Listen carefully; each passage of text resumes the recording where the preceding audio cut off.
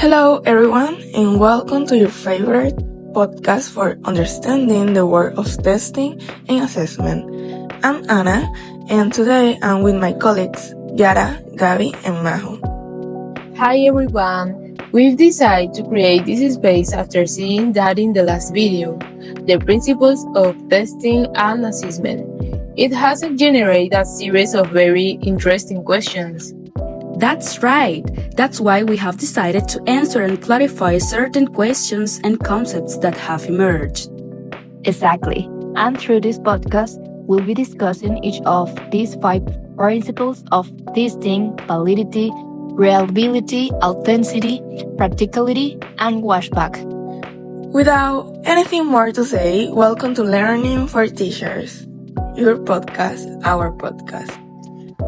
To begin, we must clarify two concepts that aim to be confused a lot: test and assessment.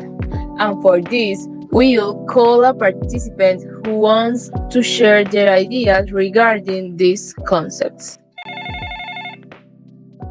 Hello, Catalina. How are you? We hope you're doing very well. I'm Gabi, and we know you have extensive experience in the educational field. So we want you to answer the following question. What is the difference between test and assessment? Well, when we talk about a test, it's what you typically think of a timed exam, while assessment is a process of gathering information about the student based on observable things. All right. Thank you for your participation. Thank you for considering me. Well, another concept that caused confusion was validity. Mario asked us, what is the difference between content validity and construct validity? Content validity refers to whether the test measures what was taught. That is, there should be a clear link with the course objectives, what was taught, and what students do on the test. For example, if you teach simple present, you can't evaluate the verb to be on the test. And construct validity tells us about how well a test actually assesses important sub-skills of a specific competency. For example, if you decide on a debate as a test, in which the sub-skills will be argumentation, fluency, good pronunciation, critical thinking, etc., and you only focus on good pronunciation, ignoring the other sub-skills, then the construct validity will be questionable. Now, speaking about reliability, Carla wondered if we can mention other factors that may affect a student reliability. Of course, Carla. Apart from those mentioned in the video like noise, temperature, or family problems, we must also consider the student's nutrition and rest time. Good nutrition and good rest contribute to good academic performance by the students on the test. Yes, anything that affects the student's mental state or the environment can lead to a score that doesn't reflect their true competency or proficiency. Continuing with the questions, Sophia wrote, "Excellent video, but could you explain what is the difference between intra-rater reliability and inter-rater reliability?" Intra-rater reliability refers to consistency of a single scorer when grading a set of tests. That is, a single teacher grades all the tests taken, which can present many inconveniences regarding reliability due to factors like fatigue, but for this the evaluator must rely on tools so that their grading is as objective as possible. While inter-rater reliability is the consistency among multiple scores grading the same test, to achieve this, clear rubrics are used, and benchmarking seasons are held where scores discuss and unify their criteria before grading.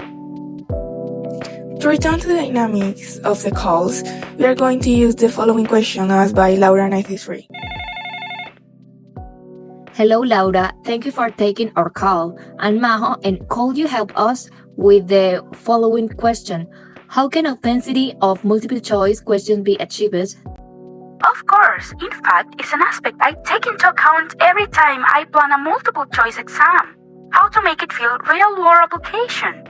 The key is not precisely to make the multiple choice question authentic in itself, but to use them in a limited way and complement them with other tasks that require students to apply their grammatical knowledge in speaking or writing. So, an example of what you are saying could be that if I'm teaching the use of past tenses, first I put multiple choice question, and then to complement, I ask students to write a small paragraph about their last weekend using at least 3 examples of the past perfect. Exactly, Majo. Thank you very much, Lau, for clarifying this topic for us. To conclude this chapter, we'll end with Lulu 99's question. I'm a student teacher and these questions arise for me.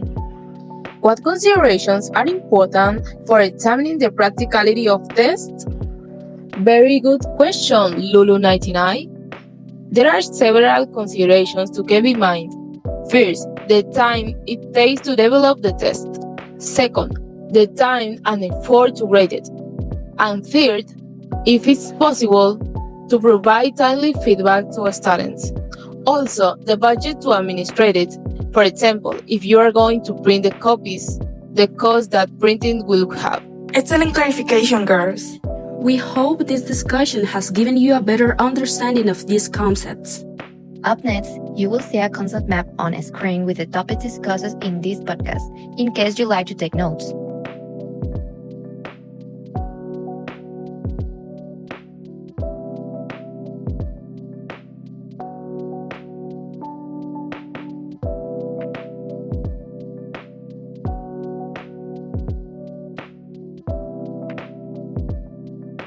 Thank you for listening, and until next time on Learning for Teachers.